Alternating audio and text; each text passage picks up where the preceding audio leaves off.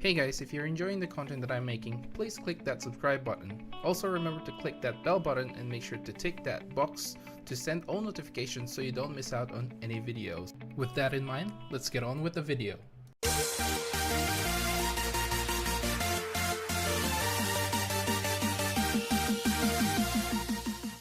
What's up guys, welcome to Munchkins Gaming, where we take your gaming to the next level. This is Munchkins logging in to bring you another Final Fantasy XIV video, and in this video we'll be talking about my job impressions on the job Red Mage. Quick backstory: when Stormblood came out, and it came out the same time as Samurai, I did unlock both of them, but when I played the first bit of the job quest for the Red Mage, I was a bit overwhelmed and I didn't understand how the job actually plays. I was casting like Ver Thunder and Ver Stone before Jolt, and I was all over the place, and I found it a bit overwhelming and didn't want to play it. And it's not until the last few weeks that I actually tried playing it after asking how actually Red Mage plays. So after I've consulted with Deli about how to play the Red Mage, I finally understand how it plays, and to be honest, it's actually quite a lot of fun, and I did enjoy my time playing as a Red Mage. And there are certain things that obviously that stands out to me, especially if I compare it to Black Mage, which I enjoyed very much. So the first thing that I noticed is actually the procs for the Red Mage skills. It actually procs quite faster than Fire 3 for Fire 1 for the Black Mage job. If you guys don't know, if you play Black Mage, you can only get the proc for the Fire 3 as soon as it hits that target, but because of the way Red Mage work with the dual casting, your instant cast actually hits the target really quickly and your global cooldown is still ticking, which means you have plenty of time to actually use your procs in a way. And that's the big major difference that I noticed. And with Black Mage, if you're casting Fire 1, you don't normally actually swift cast Fire 1 just so you can have a chance to proc Fire 3 and have a chance to use that Fire 3. It's a whole different thing with dual cast with Red Mage, and that's what separates it from the other jobs. Well, for the other casting jobs is basically of dual casting, and you know, this gives you that time for that proc to happen.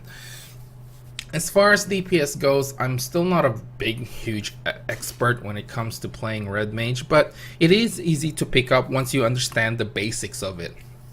Basically, Jolt is your key skill here, and basically this connects with other skills such as your Ver Thunder and your Ver Stone, and then which procs itself for Ver Fire and Ver Arrow, and then it goes to Ver Stone. So getting a little bit confused here, but that is the case when it comes to the Red Mage. It's basically a one type of skill that changed to other skill, which is kind of the same for most part. When it comes to Samurai, especially the very first skill is connected to every other skill. The Red Mage is the same. It's one basic skill, which is Jolt, and then this is basically intertwined with the other skills, and it goes from one to the next depending on your procs. The other difference with the Red Mage job is it actually has melee skills, and the melee skills aren't really that worth it unless you have your balancing of your white and black mana, and this is what separates it. Basically the entire job for every other job is basically managing a black and white mana. So if, for example, your white mana is way higher than your black mana, you're actually not gonna gain enough well, you're gonna gain black mana slower, but you're actually proccing more for the black magic skills. So it's a bit of a balance between both. It's always good to actually balance it out to begin with, not, pump white magic and then you slowly build up black magic. It's always nice to actually balance both of the black and white. So when people say it doesn't matter if it's black or white, well, in this case it does matter because you have to balance it out. So, and then once you hit at least 90 of white and black and white magic, that is when you're able to maximize your melee skills. Now, there is an AoE skill for the red mage as well, a melee AoE, which I am not even going to try to pronounce, but basically it's the same idea of you using 30 black and white mana for each time you use it. And of course, I need to talk a little bit about the other skills for the red mage, and these are basically some of the skills as to why you would bring a red mage to a raid type situation. Well, the main thing is basically embolden. Embolden basically increases the DPS for both physical and magical skills and spells for the entire party within a certain range. It has a diminishing return when it comes to the timer, but overall it's still a very good skill and a buff nonetheless. And this is why a lot of people actually bring a red mage. The other reason why they bring a red mage to a raid type situation is because of their ability to actually revive other party members. They have berets for that, and they have access to swift cast as well when the going gets tough. So these basically are the two reasons why a lot of people will bring a red mage instead of a black mage, especially when they're progressing.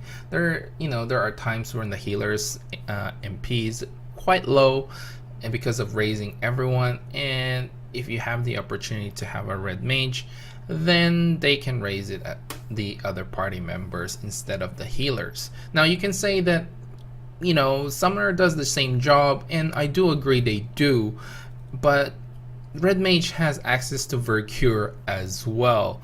And the funny thing is, if you cast a Vercure on someone, it activates dual cast as well, so you can get two quick heals at the same time, pretty much like a lustrate for that matter. And you can chain this with Verraise as well. So let's just say you're attacking and you need a quick raise and swift cast is down for some reason because you use it for a mobility type reason. You can actually use your jolt and then use Verraise to raise the dead party member, which is very, very flexible. Red mage, I feel, is a very flexible job. Unlike the other two jobs, red mage is definitely in the category of a support DPS, whereas black mage is pure DPS, and then summoner is along tethering between the two. So that's how I feel with the red mage, because of the just because of the simple fact that they can heal better. And please don't tell me summoner has access to physics, because that is just a ridiculous argument, and I don't think they'll use that. It's quite useless to them, and to the party member probably getting healed with that as well. So yeah, those are the basically three reasons now to bring a red mage to a raid type situation. And now let's talk a little bit something along with the other skills that they have access to. Now the other skill that I want to talk about is Magnification. So basically the way Magnification works is it basically doubles the amount of black and white mana you already have. So basically the idea is to get to at least 38 is probably the magic number that you're aiming for, so that you can get to 76 and well, black and white mana, which is the minimum amount that you need to actually use your melee skills with extra DPS, basically, because it leads to your level 70 skills. Now, I'm actually a little bit underwhelmed with the level 70 skills for the red mage. Ver Flare and Ver Holy aren't exactly that great, to be honest. I mean, the DPS is nice and it's an instant cast, but you can only use them when you're finished with your enchanted melee skills, which I am not gonna try and pronounce the melee skills name because, oh man, it's just a bit too much for me to actually mention them. Mention them is not the right word, it's pronounce them.